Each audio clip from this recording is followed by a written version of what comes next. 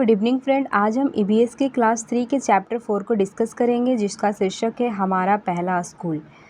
देखिए, इससे पहले हम चैप्टर 1 और 2 को डिस्कस कर लिए हैं। चैप्टर 3 में ऐसी कोई इम्पोर्टेंट बात नहीं थी जिसमें प्रीवियस ईयर क्वेश्चन में भी उससे क्वेश्चन आए या फिर आगे आने की संभावना है, इसलिए हम चैप्टर 4 को डिस्कस कर रहे हैं।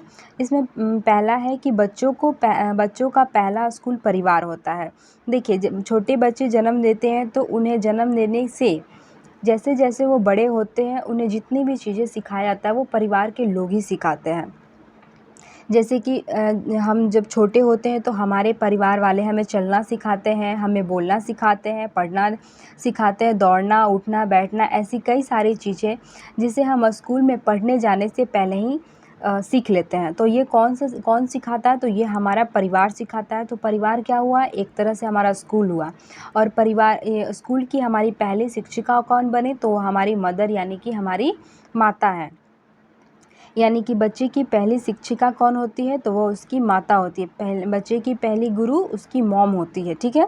इसके बाद दूसरा कह रहा है कि बच्चे अपने परिवार में सबसे पहले सीखना शुरू करते हैं। हाँ, क्योंकि बच्चे का ज़्यादातर समय उसके परिवार के लोगों के साथ बीतता है, तो वो जैसे उसके परिवार में जो बिहेवियर होता है, बच्चे उन बिहेवियर को क्या करते हैं? अनुकरण करते हैं।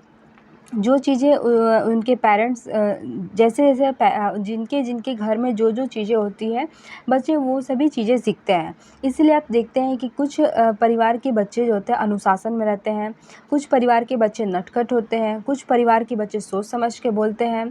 तो ये सभी चीज़ें कहाँ से आती हैं? तो वो बच्चे क्या करते हैं? अपने पेरेंट्स को देखकर सीखते हैं।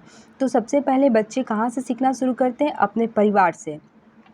इसके बाद कह रहा है कि हम परिवार में एक दूसरे से बहुत कुछ सीखते हैं। हाँ, परिवार में जितना ज़्यादा सदस्य रहता है, बच्चे देखेंगे कि उतना ही जल्दी सीखना शुरू करते हैं और बहुत जल्दी सीखते हैं। जैसे कि यहाँ पर देख सकते हैं कि बच्चे की माँ उसको खाना खिलाना सिखा रही है।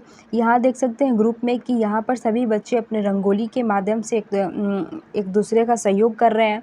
यानी कि बच्चों में सहयोग की भावना, अपने से बड़ों का आदर करना, ईमानदार बनना, आज्ञाकारी बनना, ज़रूरतमंद की मदद करना, ये सभी चीज़ें बच्चे कहाँ से सीखते हैं? तो अपने परिवार से सीखते हैं। इसके बाद कह रहा है कि बच्चों से अपने परिवार वालों के हंसने, गाना गाने आदि के तरीकों के बारे में कक्षा में चर्चा की जा सकती है। इससे वो अपने परिवार के लोगों की खासियत भी पहचान सकेंगे। देखिए, कहीं भी अगर चर्चा करने की बात आती है तो वो एक पॉजिटिव टैग वर्ड होते हैं। अगर आप अपने ऑप्शन में अगर आपको क्वेश्चन मिलता है, उसका ऑप्शन में देखेंगे कि कहीं लिखा गया है कि इस बारे में चर्चा करनी चाहिए, बच्चे को चर्चा करने की छूट देनी चाहिए, बच्चे आपस में चर्चा करें, तो ये सभी पॉजिटिव टैग वर्ड होते हैं, पॉजिटिव ऑप्शन होते हैं, वो ऑप्शन आपके सही होते हैं। ठीक है।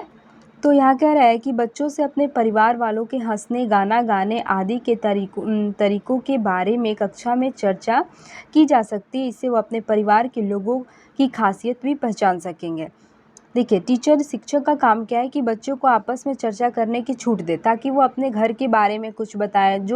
सभी बच्चे अपने अपने घर के बारे में बताएं, जिससे सभी को एक दूसरे के परिवार को जानने का मौका मिलता है। तो एक चर्चा का जो विषय होता है ये काफ़ी इम्पॉर्टेंट होता है। ठीक है। अगला चैप्टर है देखिए 6।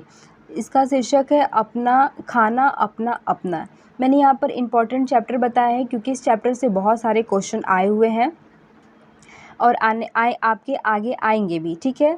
देखिए, इसको शुरू करते हैं। बच्चे एक खुले माहौल में अपनी बात बेझिझक करते हैं। जहाँ भी खुला माहौल दिखे तो वो भी आपके पॉजिटिव टैग वर्ड होते हैं, क्योंकि बच्चे को कभी कैद करके नहीं रख सकते। उन्हें एक ऐसा वातावरण प्रदान करना चाहिए जहाँ बच्चे अपने दिल की बात पूरे मन से अपना कर सके, एक दूसरे को बता सकें। एक दूसरे के बारे में सुनकर हम अपनी खाने से जुड़ी संकुचित सोच को हटा सकते हैं। इससे दूसरे लोगों के बारे में हमारी समझ बढ़ेगी। छोटे बच्चे को अगर आप लंच दे रहे हैं, सभी बच्चे अपने अपने घर से लंच लाते हैं, सभी एक साथ बैठते हैं, सभी बोलते हैं कि आज तुम्हारी मम्मी ने क्या बनाया है, तुम क्या लाए हो। कोई कहता है कि मेरी मम्मी ने ये बनाया, लंच में ये दिया है, आज मैं सबको शेयर करूँगा, मेरी मम्मी इतना अच्छा खाना बनाती है। तो तरह तरह के बच्चे टिफ़िन भी लाते हैं, जिससे उन्हें अलग अलग तरह के भोजन के बारे में मालूम चलते हैं। कि कैसा भोजन है, किसको कैसा किसका स्वाद है। किसी बच्चों को ये अगर डिश अच्छा लगता है तो अपने घर जाकर बताता है कि आज मेरे दोस्त ने ये लंच लाया था, हमें भी ऐसा चाहिए। तो बच्चों को खुले माहौल की ज़रूरत है जिसमें वो अपनी बात बेझिझक कहते हैं और खाने पीने के बारे में जो उनकी संकुचित जो सोच होती है वो भी उससे हट सकते हैं, ठीक है। देखिए, इसके बाद कह रहा है कि बच्चों से संबंध बनाना और ऐसा वातावरण बनाना ज़रूरी है जहाँ उसकी बात संवेदनशीलता से सुनी जाए। देखिए, जहाँ भी संवेदनशीलता वर्ड आए ये भी आपके पॉजिटिव टैग वर्ड होते हैं। ऑप्शन में कहीं भी दिख जाए कि वहाँ संवेदनशीलता लिखा हुआ तो वो ऑप्शन आपके 100% पॉजिटिव होते हैं, वो ऑप्शन गलत हो ही नहीं सकते हैं, ठीक है। तो बच्चों से संबंध बनाना और ऐसा वातावरण बनाना ज़रूरी है जहाँ उसकी बात संवेदनशीलता से सुनी जा सके। बच्चों, क्योंकि अभी की जो पढ़ाई है वो चाइल्ड सेंटर्ड हो गई, ना कि टीचर सेंटर, यानी कि बच्चे टीचर की बात नहीं, टीचर बच्चों की बात ध्यान से सुनेंगे, ठीक है। देखिए, मैंने अगला यहाँ पर नोट करवाया है कि हांगकांग में लोग सांप से बना पकवान लिंग हू फेन खाते हैं। देखिए, हांगकांग क्या है, तो हांगकांग जो है यह चाइना का एक प्रशासनिक शहर है, ठीक है, जहाँ के लोग विभिन्न प्रकार के सांप से बने डिश को खाते हैं। और ये जो डिश है इसमें क्या होता है कि सांप के बहुत सारे मतलब वहाँ जितने बहुत सारे सांप के मांस से बनाए जाते हैं और ये वहाँ का बहुत अच्छा खाना होता है। और ये कहाँ का खाना है, तो ये हांगकांग का है। और हांगकांग क्या है, तो ये चीन का एक विशेष प्रशासनिक क्षेत्र है और ये लिंग हू फेन वहाँ का एक लोकप्रिय भोजन है, ठीक है। विभिन्न प्रकार के सांप का इसमें यूज होता है।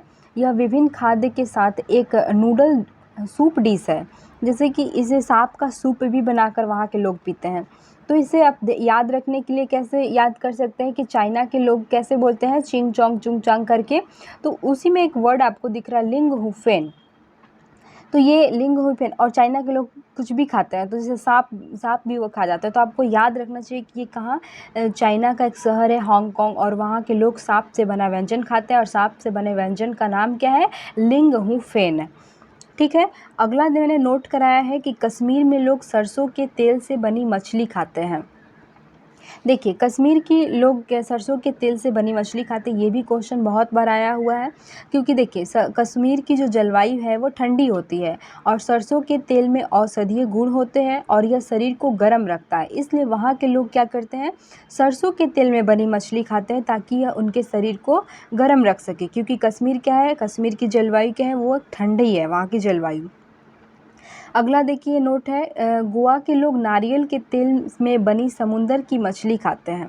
देखिए, ये दोनों क्वेश्चन बार बार पूछे जाते हैं कि कहाँ के लोग नारियल के तेल में बनी मछली खाते हैं और कहाँ के लोग सरसों के तेल में। तो आप याद रखिएगा कि सरसों हमारे शरीर को गर्म रखता है और ठंडा कहाँ पड़ता है, जम्मू कश्मीर में। तो जम्मू कश्मीर के लोग सरसों के तेल में बनी मछली खाते हैं, जबकि गोवा के लोग नारियल के तेल में, क्योंकि गोवा समुंदर के किनारे होता है और समुंदर के किनारे आपने देखा कि बहुत सारे नारियल के पेड़ होते हैं और मछली वहाँ पर समुंदर में अवेलेबल रहती है।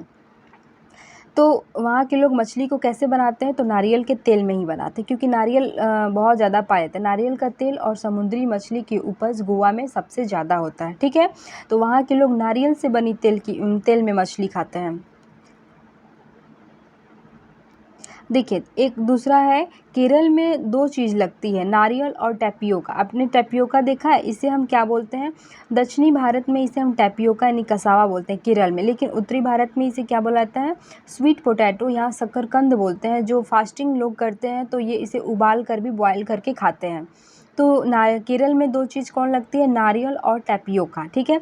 नारियल ऐसा और देखिए टैपियोका ऐसा होता है, जिसे हम कसावा बोलते हैं। टैपियोका को लोग उबाल के भी खाते हैं, ठीक। देखिए, अगला है, केरल में लोग नारियल में डली हुई किसी भी करी के साथ उबला हुआ टैपियोका खाते हैं।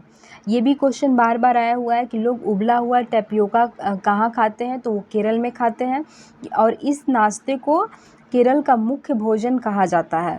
ये दोनों खाद्य पदार्थ नारियल और टैपियोका आसानी से आंगन में वहाँ के लोग उगा लेते हैं।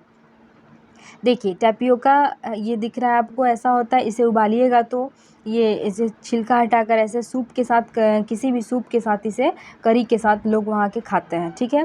तो ये भी क्वेश्चन बार बार आता है। देखिए इस क्वेश्चन में केरल के लोग नारियल में डली हुई किसी भी करी के साथ उबला हुआ टैपियोका खाते हैं।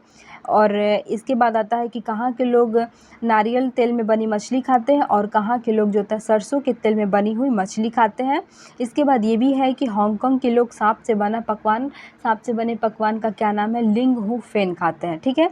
इन सभी चीज़ों के बारे में मैंने बताया, जो ये चैप्टर 6 में है, जिसका नाम है खाना अपना अपना, ठीक है।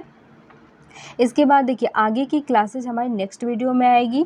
Thanks for watching. और वीडियो पसंद आए तो चैनल को सब्सक्राइब कीजिएगा, वीडियो को लाइक कीजिएगा और हमारे साथ जुड़ी रहने के लिए, आगे के वीडियो देखने के लिए चैनल को सब्सक्राइब कीजिएगा। Thank you so much.